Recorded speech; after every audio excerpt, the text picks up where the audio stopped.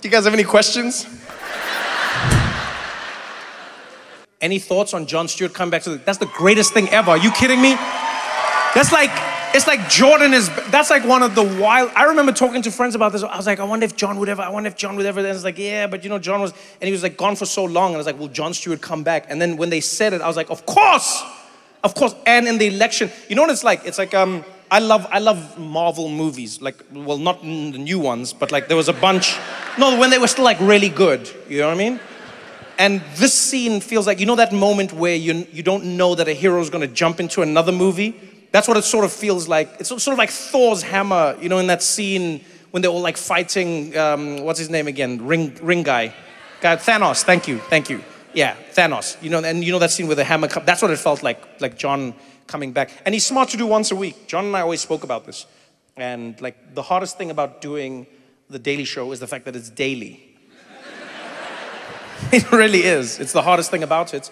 And Jon and I would always talk and we'd be like, man, if only there was a way you could just do like a day of the show. And then like now, I literally messaged him and then I was like, you son of a b****, you figured it out! You figured it out! God it! Godspeed, Jon Stewart! When I came to New York for the first time, he said to me, he's like, come hang out at the show with me. And so I went to hang out with him.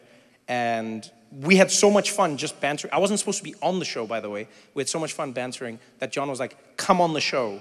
He's like, let's do something on the show. And I was like, oh, I don't know. And he's like, no, let's do something. We'll make it fun. And we did. We made it fun. We had a good time. And then I left. I went back to South Africa. Then I came back. Another time, he's like, let's do it again. And I was like, all right, let's do it again. We did it again. And then I left. I went back to South Africa. Then I came back. And he's like, let's do it again. And then we did it again. And I was like, oh, this is so much fun. And then he's like, okay, I'm leaving. He's like, I'm leaving. And he's like, maybe you should do it. And I was like, what? I felt like Charlie and the Chocolate Factory. It was like the weirdest thing ever. I just came for a tour. I just wanted some of the Wonka bars. And then the next thing, I'm like managing the Oompa Loompas. I'm like, I don't know how this works. This is crazy. So we talked about it a lot, you know? Like I call him my Jewish Yoda. That's what like Jon is. Yeah, because he like guides me and he's like really smart and everything. And so we always talked about like, you know, how hard it is to do something like this. And as you get older, you want to spend more time with your family, et cetera, et cetera, et cetera. And then, yeah. And then when I heard this, I was like, yes. And the worst thing is I knew, but then you can't say to the people, you know? So now you're walking around like, There's nothing worse than having a secret that's cool, but you can't say anything because it's still, and then, you know? So I was just like looking at people like, oh. And they're like, what? I'm like, oh, you don't even know. You don't even know. So you're originally from Austin. Okay. All right, so what would you suggest? What's your name, man? Laurel. Laurel? Pleasure to meet you, Laurel. So you're from Austin. Where in Austin are you from? South Austin. I like how you just do, I've never been to a place where people do that, by the way. Yeah, you guys just have like compass directions. So if I were in New York and I said to somebody in the audience, where are you from? They'd be like, oh, I'm from New Jersey. I'm from Long Island. I'm from Queens. I'm from Brooklyn. I'm from, here, people are just like, South. I'm sorry, relative to where we are now, or what do you mean? I'm from South. It's like, you know, we have names for places now. You don't have to have that old time mentality anymore. People act like they're still on horse and carriage. What part of town do you live in, partner? I live south. Literally, it's just like, and I've learned there's inflections to them. So people be like, south, they say it like that. And then like east, people draw it out. They'd be like, oh, you're in east? And then I'm like, I don't know what happens in east, but I don't think I like it. Okay, so what would you recommend, Laurel from South? What am I trying to do? Something interesting, something that I couldn't do anywhere else other than Austin. Something to see, something to experience. What would you recommend? Barton Springs. Okay. What is Barton Springs? It's a natural spring. Ooh, I like that. Yes, as opposed to unnatural springs. I wonder what that would be. Right? It's like a toxic waste dump. I don't know where the water comes from, but it's great. It really is. Plus this third arm is handy for washing my back. So it's a natural spring. And do people still go into it? Yeah, you go in. Clothed or unclothed? You wear a bathing suit. Okay, okay, typically. So some people do not. I like the two of you. Like, I love this because you're telling me all the information and then you've got two people next to you and they're just doing hand signs. So I was like, clothed or unclothed? And he was like,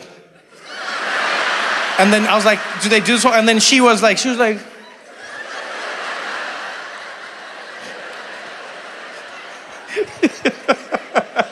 okay. Okay, so it depends on, all right. Does it depend on the day? Are there like more nude people on certain days, or it just depends on me? Like me as Trevor, like if I'm there, then it changes? Oh, just as a person. Oh, I thought you were like, Trevor, you have the power. Oh, that would have been exciting. I would have been there tomorrow like, hey, take that shit off. Laurel says so. Okay, I'm gonna Barton Springs. I will do that. Is it open every day? Do you pay to go into it, or is it just like a, you do, you pay, and then, if I say I'm from Austin, I'll get in cheaper. Okay. I like how confident you just said that. So you're like, just say you're from Austin, get in cheaper. I think something would give me away, sir. Something would give, they'd be like, you're from Austin? I'd be like, yes. Can you not tell by my accent? They'd be like, what part of Austin are you from? I'd be like, very south. Very, very south.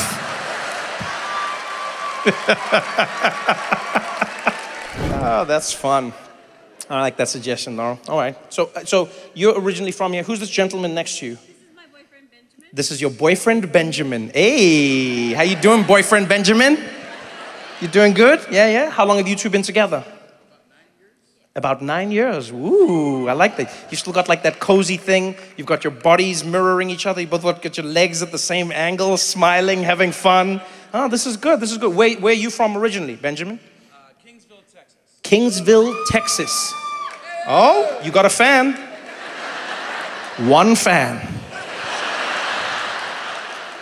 Why did you want to live in Austin, Texas? What was it about Austin, Texas that Kingsville didn't give you? Every thing.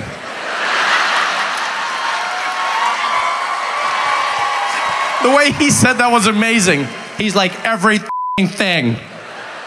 Trevor, they got everything out here. They got water, they got lights, they got electricity, they got cars.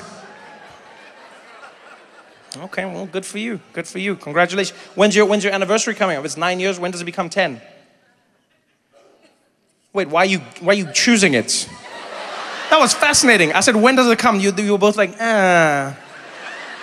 Like, when do we want it to be 10 years? Like, that was a weird... You were so I said, how long have you been together? You were both like, 9 years. And then I said, when is the 10th? And you were like, Is there gonna be a 10? How does 10 work? What is that? What was that delay? You don't really know? What do you mean you don't really know? You don't really know when 10 comes? What? We're never quite sure upon the date. Oh, you're never sure about the date. Okay, I understand. Oh, I thought you were just like, we're not sure in general. Okay, I was like, this is more a conversation for therapy than comedy. Okay, you're not sure about, but is there a month that you celebrate? December. So 10 years would be December. Oh, so you just got to 9. Okay, congrats. Do you have anything planned for, like, is there a way you celebrate the anniversary that isn't on a specific day?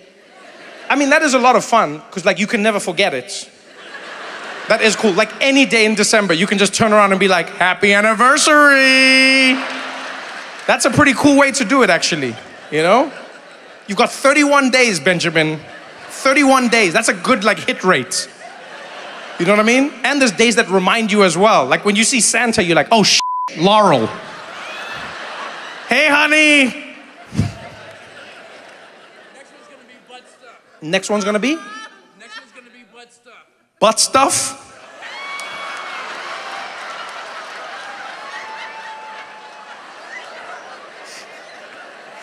Oh man. I love how you said that with the biggest grin on your face. You were like, the next one's gonna be butt stuff.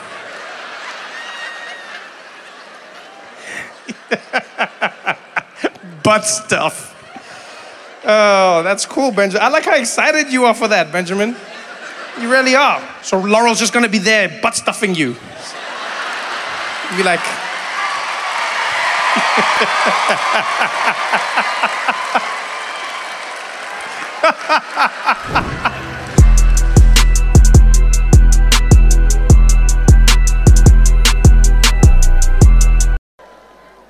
it was apartheid, but my parents didn't care. They were renegades, yeah, mavericks. My mom was a true maverick. She was like, ooh, I'm going to get a white man. Shoo. And then my dad was obviously, you know, well, you know how the Swiss love chocolate.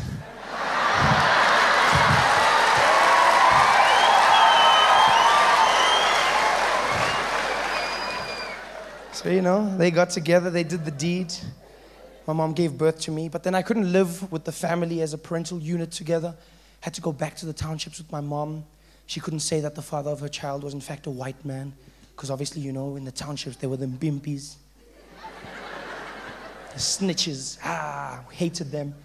So, you know, so she had to lie on my birth certificate. She just didn't put her father, you know, which wasn't strange. It wasn't strange. She just didn't have a father.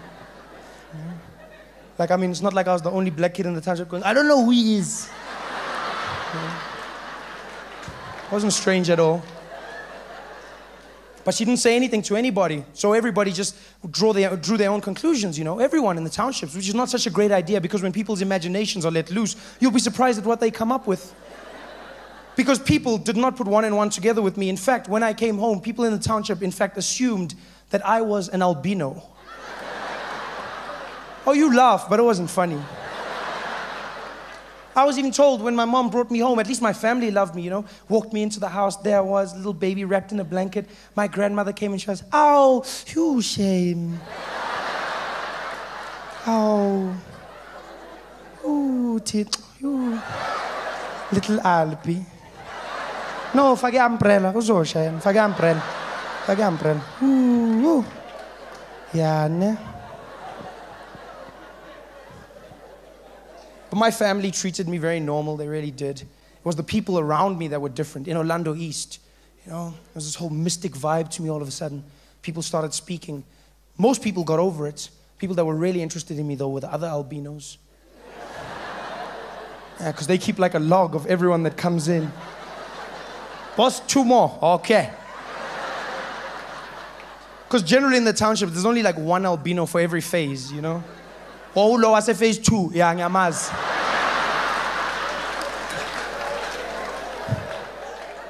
Ticks them off on the list. So when I came into the picture, they're like, oh, boss, there's another one. Everything was cool. Till I started getting older. And they started noticing a few differences, you know? Especially when my hair grew black. And there was a furore. Everyone was just like, oh, boss, have you seen him? People were like, no, it's not possible.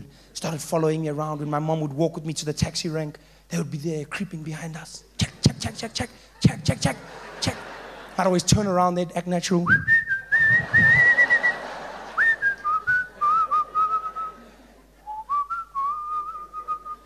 Well, as natural as you can act, 4 albinos standing together.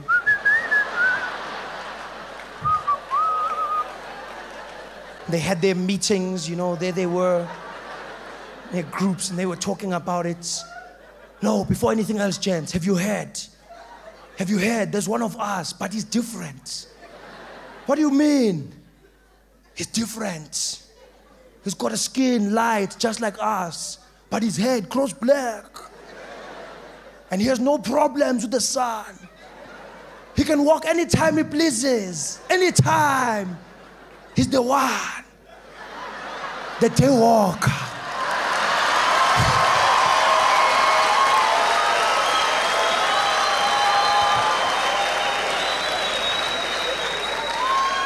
And the guys were obviously there. You're lying, there's no such thing. I'm telling you, I'd never lie. And then one day when I was old enough, they approached me. They came up to me, you know. As I was walking for my first time, I was off to the bottle store for my uncle, you know. As you get old enough to walk, that's when your uncle sends you. Everyone else in the family is happy. You, he's walking. Uncle is like, yeah, send you to my man. Hamba ke. Tenga ma quarter 4. Tata na ma empty. Hamba amanin. And I was there walking to the shops with the bottles, and I was carrying them, you know. And then I traded in one of the bottles, got myself an ice, and I had the ice, and the bottles. And these guys came out, and they're like, Show 'em, Fana. Hey, guys. We couldn't hold noticing a man of your stature. Thank you. You know, we've had our eye on you for quite a while, young one. And we see potential in your eyes. Who's we? Oh, forgive me. Let me introduce myself. My name is Pacino, and we are the glow-in-the-darks.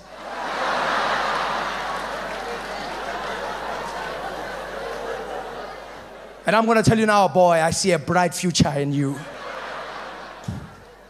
We were wondering if you would be interested in joining our small little conglomerate. You know, we just got together and exchange ideas. It really is a melting pot of ideas and exchanges, really. That's why we call it an idea exchange. The pot, we don't know where that came from. But we use it nonetheless. So what do you say? You want to be friends? That's what we say, yes.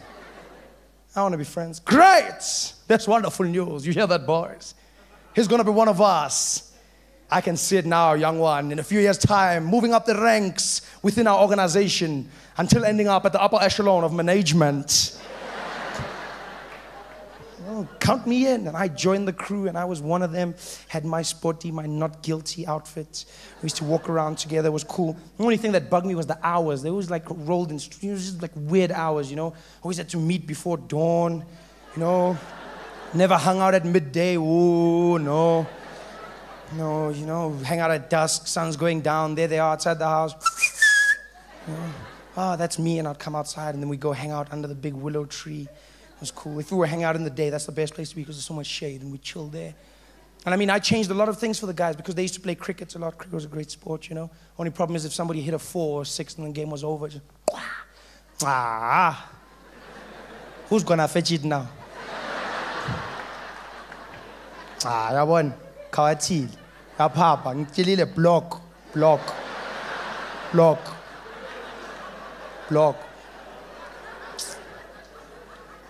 Then how was that guy? Was running, getting the ball. Yeah. That guy, you know, having a good time. Did all the things that you could do where you didn't look strange, you know, if you were like wearing a hat. So we played all those kinds of games. One of our favorites was Cowboys and Robbers. Ooh, that was great.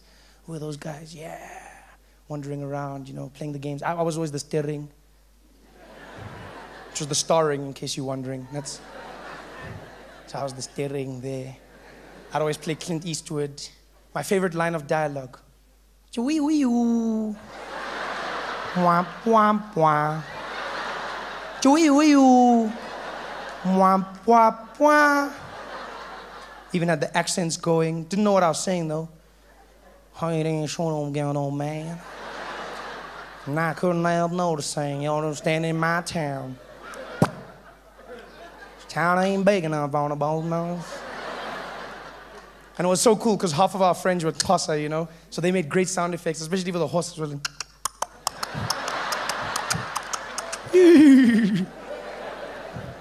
Unfortunately, their gift was a curse because they'd always mess up the dialogue. We'd have cool scenes with the gun battle, standing there, wee wee woo, womp womp womp. And like Snowflake, he was the smallest. He'd always play the tumbleweed.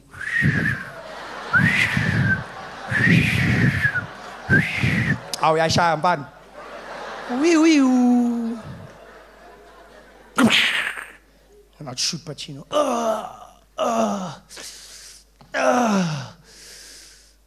It's getting on shit, my man. Shit, man. Shmang. I'd be like, oh, man, I didn't want to have to do this to you, brother. What do I tell your mother? Be like, oh, tell my mother. Oh, my mother.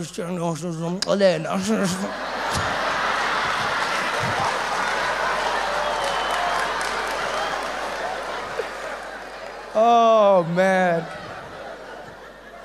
That was so much fun. And then I'll never forget the year that it came, 1990, the end of apartheid.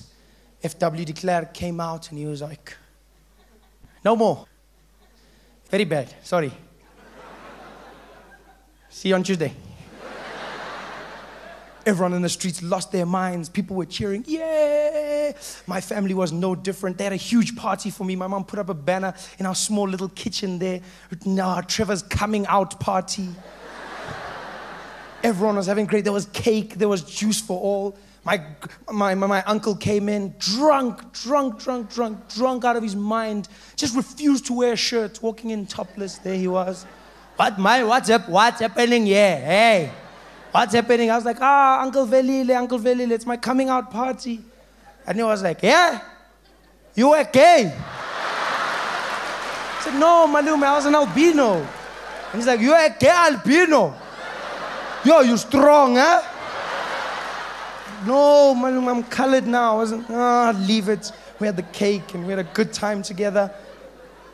And then after that, I couldn't wait to get to my friends to tell them the good news. And I was like, bye-bye, mama, bye-bye, gogo. And I took everything and I ran out the house and I was skipping, yeah. And as I walked out the gate, my family walked out behind me and they were singing behind me. Twang, twang, twang, libo, libo, nen. Mwana utwana lili kalati. Shine, shine. And I skipped down the road there. I was so happy, smiling at everyone. Yeah, yeah, Kalat, yeah, Kalat, yeah. I was that kid running down the street, you know, so cool. Ran there, my friends were under the willow tree as always, chilling around, just standing with the cricket bat, Pacino was. Yeah, the ball was there on the side of the road. I was watching it, hungry eyes. I ran there, I was like, hey, gents, TW. Yeah, Orlando ball, and I took the ball and I came running with it. Yeah, and I was like, guys, I've got good news. And they were like, what is it? And I realized I wasn't an albino anymore. So I couldn't be part of you, know? What is it, TW? What's eating you up? I said, oh, wow. I've got bad news, guys. Bad news, what happened? It's like, it's really bad. Snowflake was like, yo, klopalua me. Like, no, it's worse than that. But you know, was like, yo, Nivea is out of stock again. Damn it. It's like, no, guys, no. No, it's nothing to do with that. It's nothing to do with that, guys. It's just, I don't know how to tell you this, but I'm not an albino.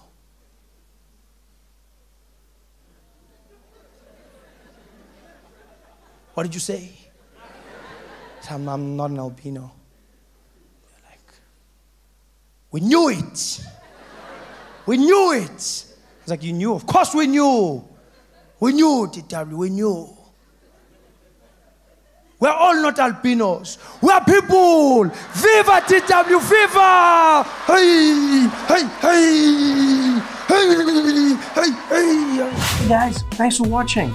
Make sure to subscribe to my channel so you can win cool prizes. And by prizes, I mean surprise. There's no prizes. It's a free YouTube video, you greedy. Just click the video, man. Why you want free things on free things? You guys have any questions? I love like the revelry of DC, you know? I just love the Constitution. Every building here has like purpose, like meaning. You know, in other places, it's just like, what's that? Ah, it's the dentist. And then here it's like, it was the nation's first dentist. Welcome to the show. Welcome to the show. How you doing? How you doing, everybody? How you doing? How you doing? Welcome to the show. Welcome to the show. Yeah, you're looking late but stylish. I like this. This is good. Why are you late, brother? What happened? Say again? It's his birthday. Oh, okay. What does that have to do with him being late?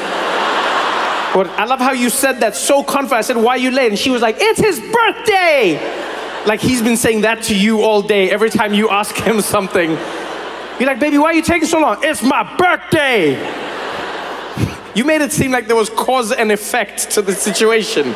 Why are you late? It's his birthday! You know how many candles he's had to blow out today? It's been a hard day for his lungs, Trevor. Happy birthday, brother. Happy birthday. Congratulations. How old are you today? 35, yo, young man. All right. That's a big age though, 35. What, did you do something special? Did you treat, who, are you with him, ma'am? Yes? Why did you chuckle first? I said, are you with him? She was like, yes. I don't know which way to read the chuckle, because it could mean either one. It could be like, of course, or it could be like, for now. I don't know which way to go with it. So why are you late, birthday boy? Why? Say again? You just drove from Philly? Okay, I'll take that, man. I appreciate it. Happy birthday, man. Thank you for coming out, my brother. I appreciate you. I really do, all the way from Philly. Now I will sing for you personally. Happy birthday to you. Nothing makes a black man more awkward than a song. Happy birthday to you. What's your name? Tell me your name real quick. Happy birthday, dear Atisi. Happy birthday. Wait, where's Atisi from? Where's that name from? Nigeria. Why are you burying the lead, Atisi? When I said, why are you late? You should be like, he's Nigerian.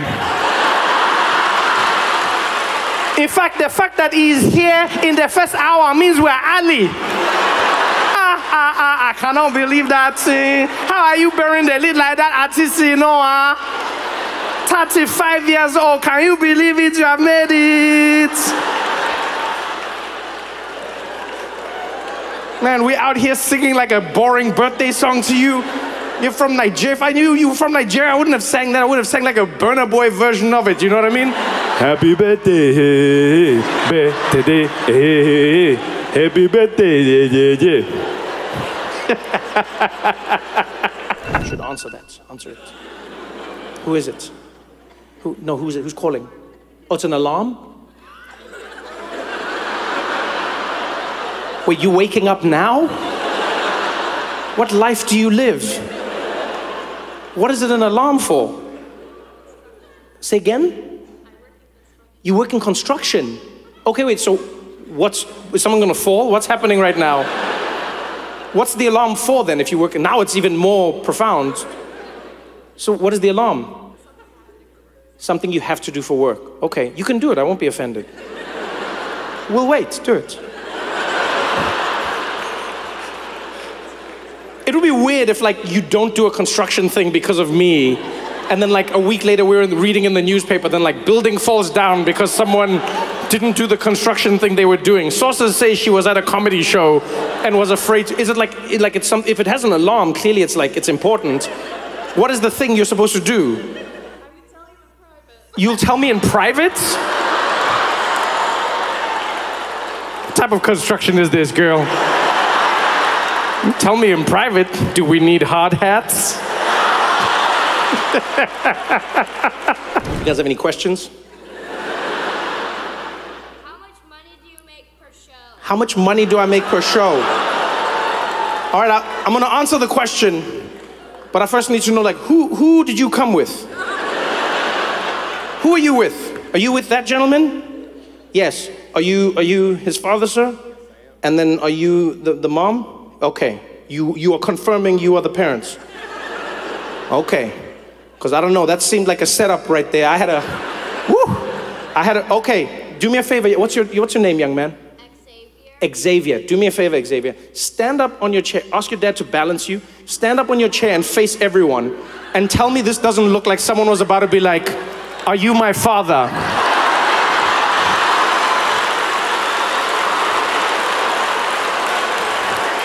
Yo, Xavier, my life flashed before my eyes, Xavier.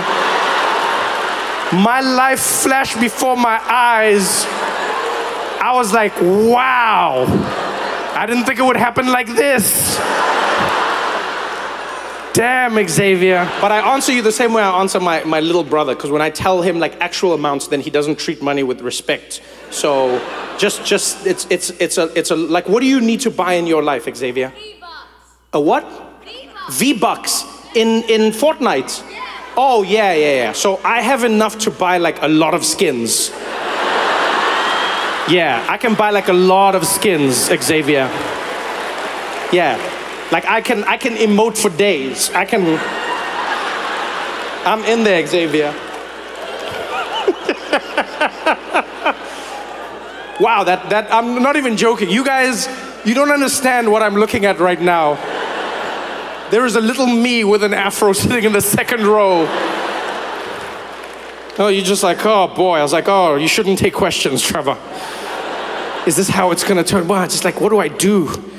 I met him at the show. What do I say? Where have you been? What do you mean, where have I been? I don't know you. Why did you leave me? Oh, goodness, Xavier. They love the Muslims now, but they'll never use Indian people. They just don't have the dangerous sound to them. It's always got to be the classic scene in the movie, you know? It's got to be the United Nations gathered around a table. Then on the big screen comes that terrorist announcement. The assistant runs in. Sir, it's a message from the terrorist Boris. And they switch on the screen. Pew! And then Boris comes on. Hello, United Nations. It is I, Boris. Boris Kablechnikov. I have placed bombs all over the world in major city. And if you don't pay me $1 billion US, I will make world go kaboom. You've got 1 hour. That's Vidania. And they'd be like, oh, what are we gonna do? What are we gonna do? They'd be scrambling for the money. They'd be, oh, what are we gonna do? We'd never have an Indian guy doing that. Just wouldn't be the same. Assistant running into the room. Sir, it's the infamous terrorist, Rajesh. They'd switch on the big screen, pew, and there he'd be.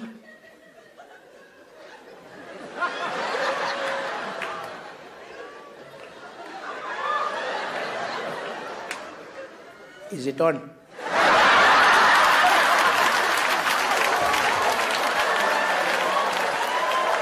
Okay. Hello? Hello, UN. Hello, namaste. Namaste. How are you, uncle, auntie?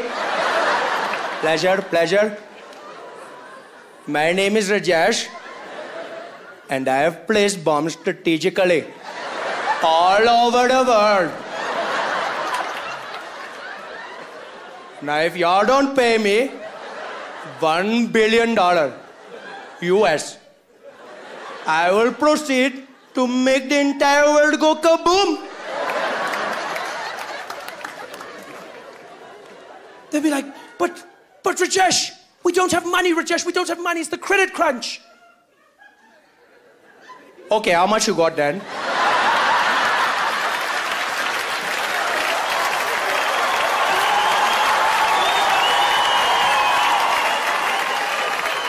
Have you guys seen our president? Huh? Have you seen him lately? Oh man, he's back. He's back and better than ever before, you know? The last few months have been so taxing on him. People fighting with him in Parliament, shouting things at him. He's been stressed, sitting in a corner, quiet, all to himself. And then he found out that he would be paying nothing, absolutely nothing for the upgrades at Nkandla. And he walked into Parliament, a new man. Had a bounce in his step. He had his swag back. Jacob 2.0. I mean, he's still doing the same things, making the same mistakes, but now he has a certain level of panache. I saw him mess up a speech the other day, stumbled on a word like he always does. This time, though, he didn't frown, he didn't get stressed. He just worked through it. And here we can clearly see there are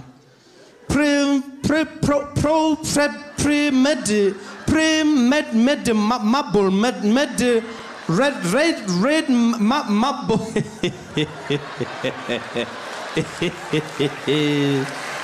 A marble red marble.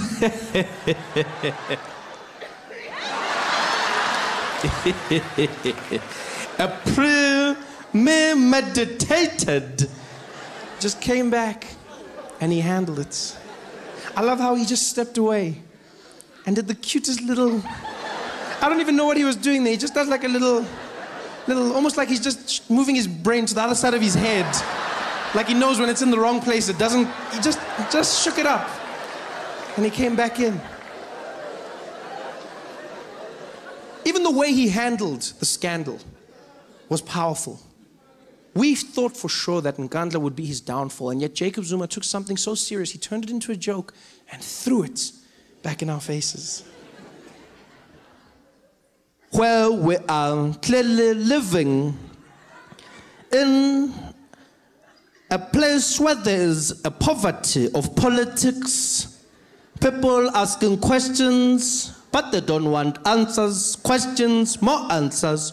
We're investigating, they ask again, questions, more answers. Then in Parliament, we're here, point of order, yes, Nkandla.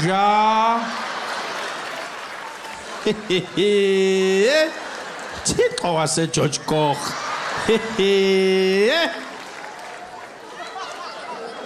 Who's this guy? Huh? He's just shrugging it off, evading, maneuvering. Never mind the Nkandla joke. I love the fact that he rolled his eyes. That blew my mind. I've never seen Jacob Zuma do that. He looked over and he was like, oh.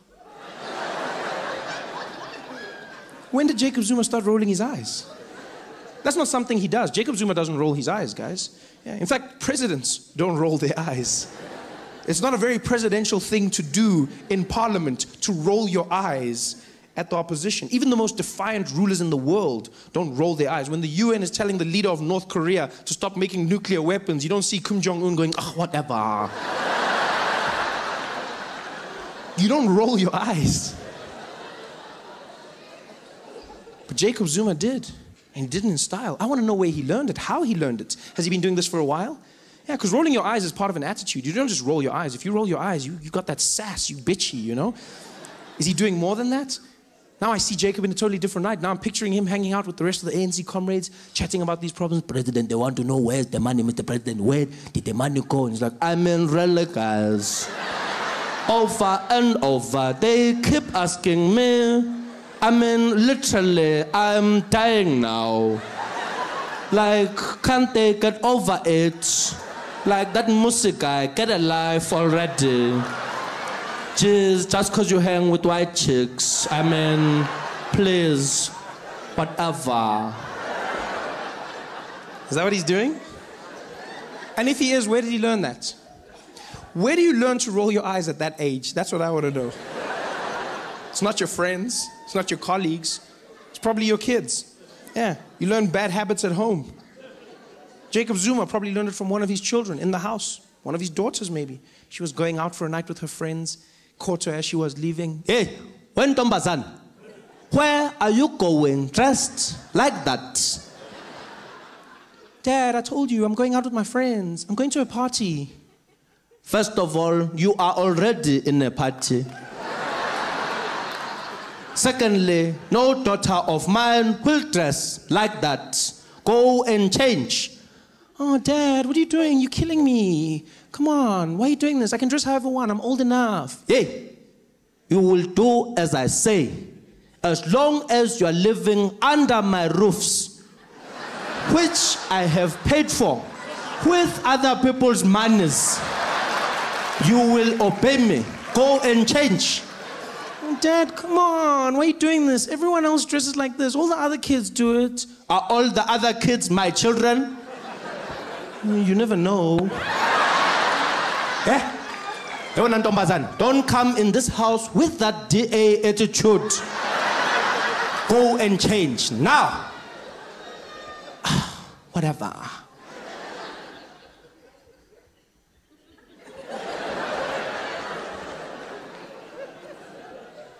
What was that?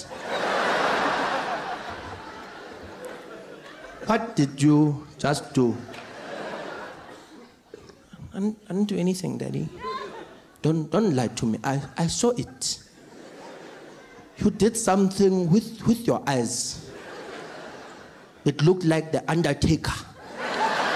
But they came back. What was that? I just rolled my eyes, Dad.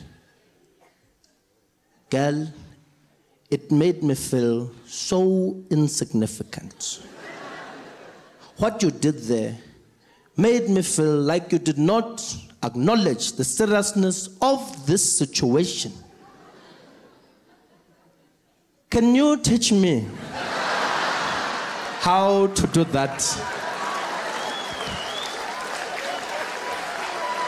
Yeah, like, it's easy. Like, you just roll your eyes. If someone says something you don't like, then you're just like, whatever. Whatever. No, Dad, whoa, that's too much. It's too much. You just gotta loosen up, you know? Just be like, whatever. Whatever. I think I got it. No, you don't have it, Dad. You're rolling your head. You're supposed to roll your eyes. And my eyes are where? Exactly. And he was off. Ready to roll, baby. Hey guys, thanks for watching. Make sure to subscribe to my channel so you can win cool prizes. And by prizes, I mean surprise. There's no prizes. It's a free YouTube video, you greedy. Just click the video, man. Why you want free things on free things? I'm glad to be here, man. This was my dream. My dream was to come to America, you know? Not for a job or money or anything. I've got a great life back home. I always came here because I wanted one thing, and that is I always wanted to be black. I grew up in South Africa during a time known as apartheid. And for those who don't know, apartheid was a law in the country that made it illegal for black and white people to mix, which was awkward for me because I grew up in a mixed family. Well, with me being the mixed one in the family.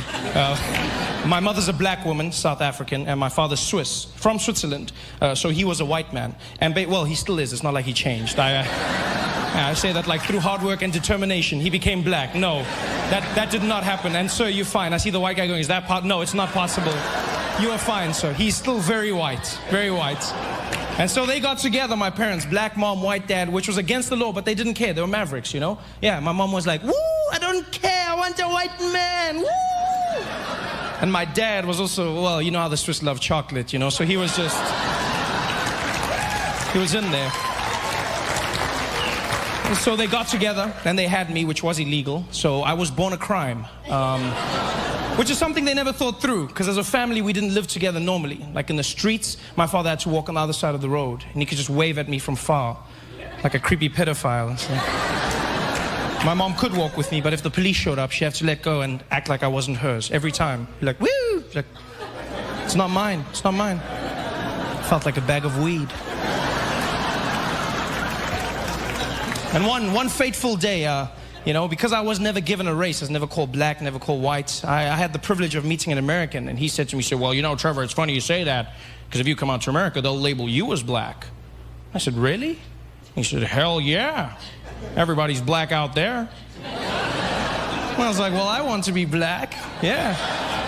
I bought myself a plane ticket because I found out it's true. Mixed race people are categorized as black in America. Yeah, the only catch is you have to be successful first. Before that, they call you mixed, achieve success, and you get upgraded to black. All the famous mixed people have done it. Singers like Alicia Keys and Mariah Carey, mixed, but they say black, right? Tiger Woods, mixed, but they say black golfer. The most famous mixed person on the planet, Barack Obama, mixed, half and half, but you say you're first black president. When he was running, he was the mixed candidate.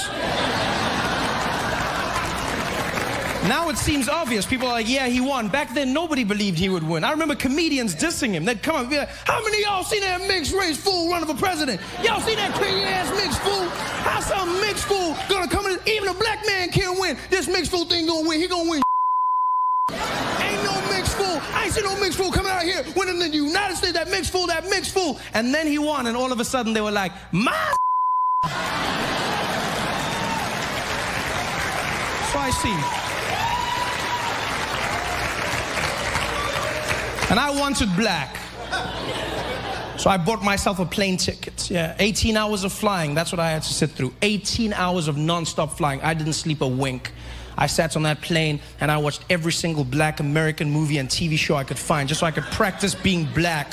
I was not gonna mess up that black opportunity. I just sat there like a madman in my chair, just like watching movies, practicing. Yeah, yeah, you know what I mean, you know what I mean? Yeah, yeah. Oh, you laugh, but I landed in Miami and I was fluent in my black American. For shizzle my nizzle, I was just, yeah. I was so black, I was even laughing black. I was like, ha, ha, ha. Yeah, my man. I was super black. Till some guy came up to me and was like, oye, papi. Ya llegamos, eh? 18 hours of flying and I still wasn't black. I was Puerto Rican. That's why Indian people never play villains in movies. Have you noticed that? All the big movies, James Bond and Bourne Identity, you never have Indian villains, ever, ever, ever. Just doesn't work out. Because Indian people don't have that vibe. They'll use other people, from the Asias and the Middle East and everything. They'll use Chinese and they'll use the Arabs and they love the Muslims now. But they'll never use Indian people. They just don't have the dangerous sound to them. It's got to be the classic scene in the movie, It's got to be the United Nations gathered around a table. Then on the big screen comes that terrorist announcement. The assistant runs in. Sir, it's a message from the terrorist Boris. And they switch on the screen. Pew! And then Boris comes on. Hello, United Nations. It is I, Boris. Boris Koblechnikov. I have placed bombs all over the world in major cities. And if you don't pay me $1 billion, I will make world go kaboom. You've got 1 hour. That's Vidania. And they'd be like, oh, what are we going to do? What are we going to do? They'd be scrambling for the money. They'd be, oh, what are we going to do? We'd never have an Indian guy doing that. Just wouldn't be the same. Assistant running into the room. Sir, it's the infamous terrorist, Rajesh. Let's switch on the big screen. Pew! And there he'd be.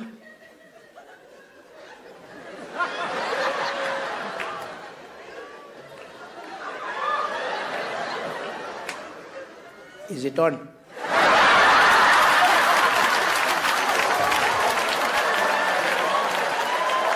Okay. Hello? Hello, UN. Hello, namaste, namaste. Namaste, how are you, uncle, auntie? Pleasure.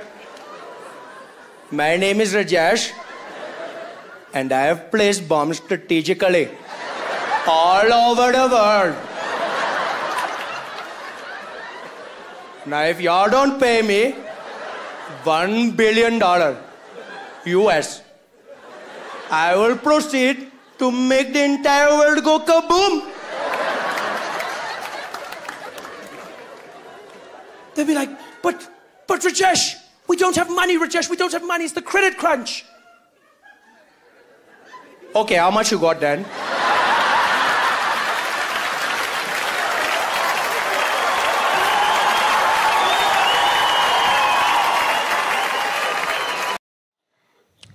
Sorry, I know this is weird. This is my tea. I know it looks like a magic lamp, but it's not. It's my tea. I have to drink this as much as possible. It's true. This is sort of like my medicine. I have to drink it. Why? Because I lost my voice. But it wasn't like weekend lose your voice. It wasn't like, oh, what a great party. I lost the voice. No. Voice totally gone. What happened was, I was doing shows in New York, right? A whole lot of performances. And then one day, in the middle of a show, my voice disappeared. Out of nowhere. I was talking, and then, ESCOM.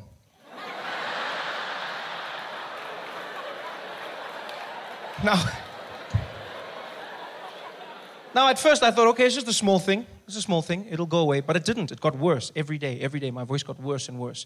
Finally, I ended in New York. Was coming back to South Africa through London. So while I was in London, I met a doctor there. Horrible doctor. Because his advice was, maybe you should just keep quiet, Trevor. Yeah? Maybe you should keep quiet. Keep quiet for a few days. And thereafter, what we should do is speak in a confidential voice. Yes? Speak in a confidential voice. That's what he told me to do, speak in a confidential voice. A confidential voice is basically you speaking very softly, very hum. So basically everywhere you go, you talk like this. You know what I mean?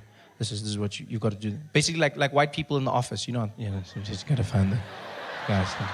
You're not gonna, what's that? No, nothing, we get, yeah, see you guys at the bra. Don't want those guys. That's a confidential voice. Now the problem with the confidential voice is that you have to lean in when you speak to people, right? And then two things happen. One, I don't know why, but if you speak softly or if you whisper, people will whisper back to you. I don't know why this happens. I went into a shop. I was trying to buy a computer. This guy comes and says, hey, sir, how you doing? You good, man? Are you good? It's like, yes, I just need to buy some computers, please. Oh, you looking at some of those laptops over there? I said, yeah, just some of the MacBooks. Said, yeah, well, over here we got a great range of computers. And what are you doing? Why are you whispering? I'm not whispering. I don't know what you mean. You whispering? Why? It's like I'm injured and now you're limping. What the hell is going on here? The second weird thing that happened was because I was speaking like this, some people thought I was trying to have sex with them. Yeah, it was weird for me at first, and then I realized this actually was happening. The worst incident was when I was visiting friends of mine in Ennerdale, right? And I went to the Chicken Licken with my boys. We're hanging out. It's a normal day. We're just getting food, you know? We walk up to the counter, the woman's there, she's like, welcome to Chicken Licken, sir. Can I take your order, please? I said, oh, hi. I would like 4 pieces of chicken, please. She's like,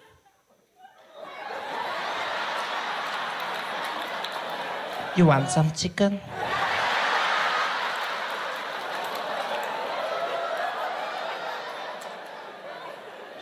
I'm gonna give you the breasts and the thighs. Now she's chasing me down the street. Do you know how scared I was? Running away, holding my chicken, screaming for help in a confidential voice. Help me, help me, help me.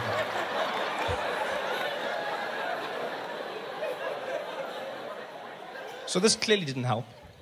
I come back to South Africa and I meet a doctor here, a voice doctor, who happens to be one of the best in the world. And he does an exam on my voice, finds exactly what I have, hemorrhagic polyp, and he says we have to go in for surgery, which stresses me out. I go, what? We've got to go in for the surgery? He says, yeah, Trevor, that's not helping. Just stop doing that. So what do you mean? The doctor says, I don't want to have sex with you, so please stop doing that. So we're going in for surgery. Surgery. You know, surgery? How scared I was now? Surgery. Was stress. The worst thing about the surgery was the process around the surgery. I wasn't allowed to speak for the week before the surgery. And then after surgery, completely silent for 1 month. Right? Yeah, 1 month. No speaking, no whispering, no humming, no coughing or even sneezing. Nothing. You make no sound, otherwise you'll damage the voice after surgery. Yeah. Which seems easy for the first few days, because you think it's fun. You're like, oh, I'll just keep quiet. I'll just be a mime.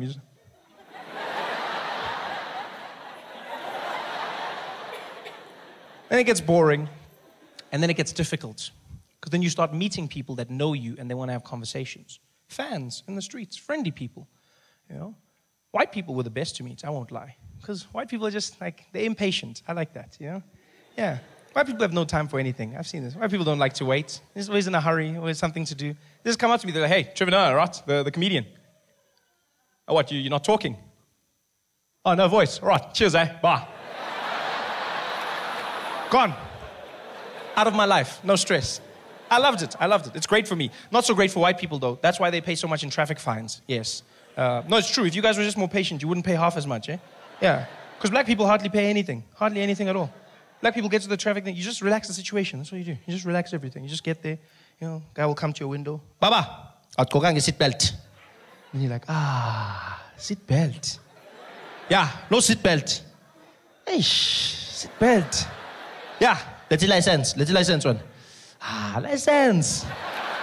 Hey, ndoda, let's license wena. Mfethu license. Seat belt, license. Mfethu license, seat belt. Hey wena, mfethu license. Eish, hamba ke, hamba. Just relax it. I've seen white people at roadblocks. They have no patience. They get angrier at the Metro cop. They get so angry, it's like he did something wrong. You see them. They get stopped there. So they say, you were speeding. Oh, bloody hell, man. You guys are everywhere. Nobody can drive anymore in this place, man.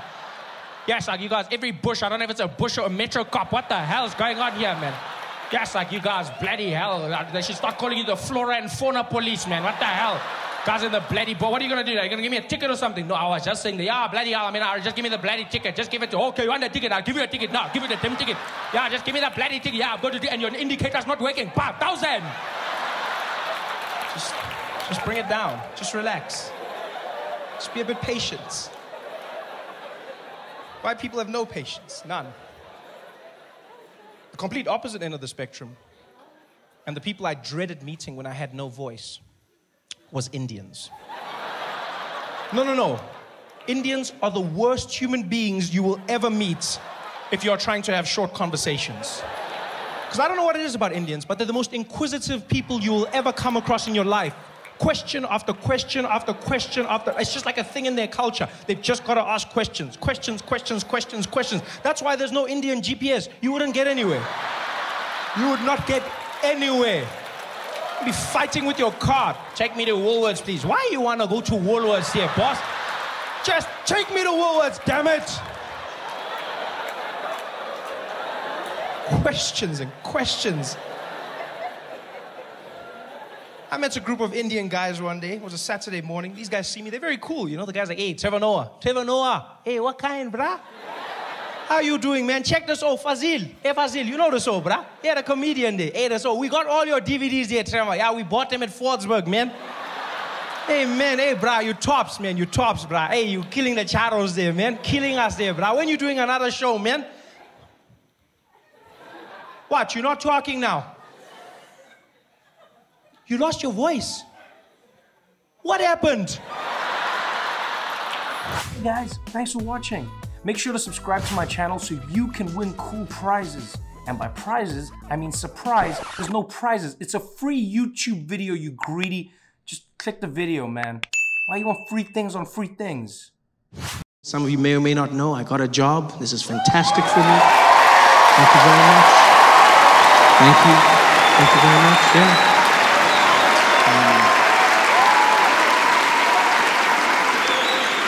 That's how my grandmother put it, funny enough. I phoned my grandmother to tell her that I'd be working on The Daily Show, and she was really excited. She was like, "Ooh, Trevor, I'm so happy for you. Well done, you got a job." I said, no, Granny, I already had a job. And she's like, "No, you didn't. Did you have an office?" I said, "No." She's like, "Then it wasn't a job." That's all she cares about. My mom was a bit better. I called her to tell her the news. And to give you a bit of a backstory, I've got two younger brothers. Right? One brother is 9 years younger than me, and then the youngest is 20 years younger than me. Right? And so the youngest just became one of the student council members in his school. Right? So he got onto the student council. So I phoned my mom to tell her my good news. I'm on the phone with her. I'm like, "Oh, Mom, I don't know if you heard, I'm going to be on The Daily Show." And she's like, "Oh, my baby, I'm so excited. Oh, praise Jesus. This is wonderful. Well done, baby. I'm so happy for you. And did you hear what happened to your brother?" I'm like, "No, what happened?" She's like, "Oh, he's on the student council at his school. Oh, I'm so excited. Both my boys are doing big things in the world. I'm so happy. Oh." And I was like, "Yeah, some things are bigger than others." She's like, "No, it's all the same." I was like, "You say that, but I mean, you know. Come on, you know." She's like, "Okay, fine. You were never student council, so let's cheer for you." You're like, "What?"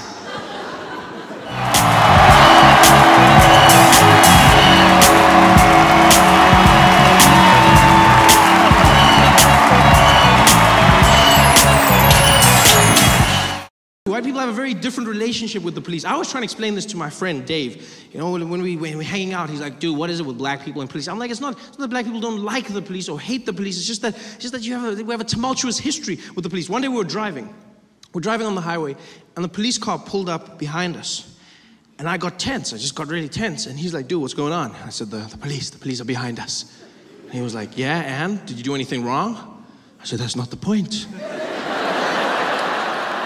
Because it really isn't. For white people, that is the point. The police will send you to jail if you do something wrong. As a black person, you have a different relationship. The police may send you to jail just because. I know this because I was driving. I got pulled over by the police for the first time in my life in America. And already I'm not very comfortable when driving in the United States, you know. Not because of the other side of the road, but because of the other side of the car. I'm not used to that. You know, I always get into the car on the wrong side. I'll be shopping, and I'll come back to my car confidently, and I'll jump inside and put the things down, and then I'm like, ah. And then instead of getting out, I sit there. I always just sit there. Because I always think somebody's watching me, so I just sit there. And I act like I planned it all. Like, where is my driver? Where is my driver? He should have been here by now. Where is my... Oh, well, I guess I'll drive myself. I don't know why I do that. But I'm not comfortable. you have to drive in Los Angeles. So I had a little rental car and I'm driving on the freeway and this police car pulls up behind me and he drives behind me for a little bit and then he flashes his lights and I was like, oh, he probably wants to go past. And so I moved over to the middle lane and then he came with me and he flashed his lights again and I was like, oh, come on, just go past me, man. Just go past me.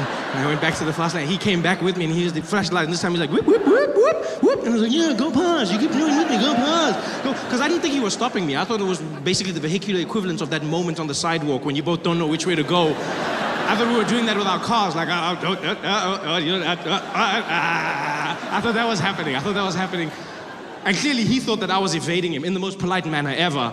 Because he gets irritated and he's like, pull on the side of the road, pull on the side of the road. Now, I couldn't hear what the hell he was saying. I'm not gonna, which I think is part of the problem. I don't think it's fair that police have speakers on their cars and we don't. I think this is a recipe for disaster. That's the first step in mending relationships, is communication, people. I don't know what the hell that guy was saying, but I couldn't tell him. He was like, pull on the side of the road, if I had a speaker, I would have had the ability to be like, sir, I cannot hear what you're saying. Enunciate your words, please. Enunciate your words. Speak clearly. I said, pull on the side of the road. No, use your words, buddy. Use your words. Talk to me.